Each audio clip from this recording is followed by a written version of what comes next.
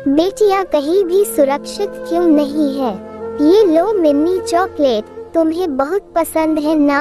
इतना बोल सुबोध जी ने चॉकलेट 7 वर्षीय मिनी की तरफ बढ़ा दी। थैंक यू अंकल, बोल मिनी ने झट से चॉकलेट ले ली और उसी समय रैपर खोलकर चॉकलेट खाने भी लगी। मालिक, आप तो इसे बिगड़ रहे हैं। ये जब भी मेरे साथ काम पर आती है आप हमेशा इसे कुछ न देते हैं। आपका एहसान मैं कैसे चुका पाऊंगी? शारदा, इसमें एहसान क्या है? ये सिर्फ तुम्हारी बेटी नहीं है, ये हमारी भी बेटी है। अब भगवान ने हमारे भाग्य में बेटी नहीं लिखी तो क्या करें? हमने तो मिनी को ही अपनी बेटी मान लिया है। तभी सुबोध जी की धर्म पत्नी भी आ गई। जी सही कहा आपने, हमारे लिए तो मिनी हमारी अपनी बेटी जैसी ही है। हमेशा से बेटी की कमी बहुत खलती थी, लेकिन जब भी मिनी हमारी जिंदगी में आई है ये कमी भी पूरी हो गई। शारदा, तुम इसे रोज अपने साथ ले आया करो। अपने मालिक मालकिन को खूब सारी दुआएं देती शारदा मिनी को लेकर घर की ओर चल दी। पूरे रास्ते वो सोचती रही कि आज भी दुनिया में कितने अच्छे लोग हैं जो किसी दूसरे के बच्चे को अपनी संतान जैसा प्यार करते हैं। शारदा गांव में पली बड़ी थी, उसे लगता था शहरी लोग स्वार्थी होते हैं, लेकिन सुबोध जी के परिवार में काम करने के बाद उसकी ये सोच बदल गई थी। सुबोध जी की फैक्ट्री थी, घर में धन दौलत की कोई कमी नहीं थी। 2 बेटे थे, एक 15 साल का था और दूसरा 12 साल का।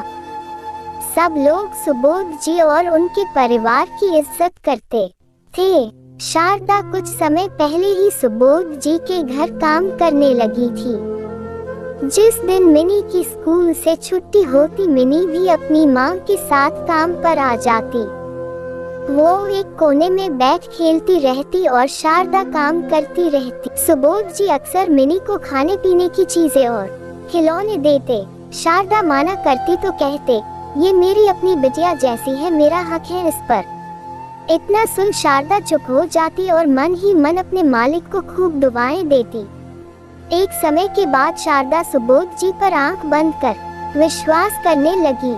सुबोध जी अक्सर मिनी को अपने कमरे में ले जाते और उसके साथ खेलते। एक दिन शारदा को किसी काम से बैंक जाना था। इस काम के बारे में सुबोध जी को जानकारी दी। वो बोले, ये क्या करेगी तुम्हारे साथ बैंक जाकर? वहाँ भीड़ में परेशान हो जाएगी। तुम जाओ शारदा, मैं और मिनी तब तक खेल लेंगे, काम खत्म होने कर तुम इसे ले जाना। शारदा बिटिया को छोड़ निकली, लेकिन वो जल्दी लौट आई। उसे देख सुबोध जी हैरान हो गए, लड़खड़ाती आवाज में बोले, तुम इतनी जल्दी कैसे आ गई? वो मालिक, मुझे बैंक में काम था, मैं तो ऑटो में बैठकर निकल ली थी, लेकिन मुझे मेरी सहेली का फोन आया कि आज बैंक बंद है तो मैं रास्ते में से ही वापस आ गई। ठीक है, कल भी इसे मेरे पास छोड़ देना। आज मैं गेम पूरा नहीं कर पाया, कल कर लूँगा। इसके साथ गेम खेलकर मुझे बहुत मजा आया। घर जाते ही मिनी माँ के गले लग रोने लगी। माँ, वो अंकल बहुत गंदे हैं, मैं कभी उनके घर नहीं जाऊंगी। क्या हुआ बेटा? वो अंकल तो तुम्हें कितना प्यार करते हैं, अपनी बेटी मानते हैं। माँ, उन्होंने मुझे बैक टच किया। क्या बेटा?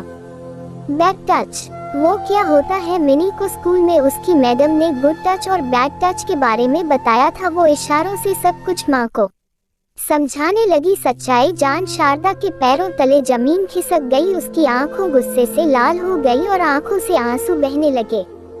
शारदा अपनी बेटी को लेकर तुरंत पुलिस स्टेशन गई और रिपोर्ट लिखवा दी। जानती थी कि अब उसकी नौकरी चली जाएगी, लेकिन एक माँ के लिए अपनी बेटी को इंसाफ दिलाने से ज्यादा जरूरी उस समय और कुछ भी नहीं था। पुलिस सीधा सुबोध जी के घर पहुंची। सुबोध जी और उनकी पत्नी शारदा को भला बुरा कहने लगे। सर, ये औरत है ही लालची, इसके पति ने इसे छोड़ दूसरी औरत से शादी कर ली है। अब ये दर दर की ठोकरें खाने को मजबूर है। इसे पैसों की जरूरत है, ये हमसे पैसे ऐंठना चाहती है बस। साहब, मेरे बिटिया के आगे ना पूरे संसार की दौलत भी फीकी है। आपकी हिम्मत कैसे हुई हम पर ऐसा घटिया इल्जाम लगाने की? और आप तो मिनी को बेटी मानते थे ना, फिर उसके साथ अपने ऐसा करने की कैसे सोची? वाद विवाद का दौर जारी थी। पुलिस दोनों पक्ष की बातें सुन रही थी। तभी सुबोध जी का बेटा आगे आया और बोला, सर, मैंने देखा था पापा को मिनी के साथ गलत हरकत करते। चुप कर नालायक, क्या बोल रहा है? सही बोल रहा हूँ पापा, आप मिनी को बेटी नहीं मानते, लेकिन मेरे लिए वो बहन जैसी है। उससे राखी बंधवा कर उसे उसकी रक्षा करने का वादा दिया था मैंने, बस अपना फर्ज निभा रहा है। पुलिस अंकल, ले जाओ पिताजी को और इन्हें इनके किए की सख्त से सख्त सजा देना। पुलिस सुबोध को ले गई और उसे सजा दिलाने में लग गई।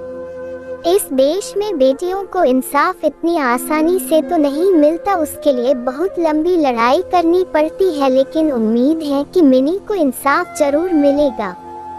कहानी स्वरचित है और पूरी तरह से काल्पनिक है। आपको कहानी अच्छी लगे तो लाइक, कमेंट और शेयर करना ना भूलें। आप मुझे फॉलो भी कर सकते हैं, मुझे बहुत खुशी होगी।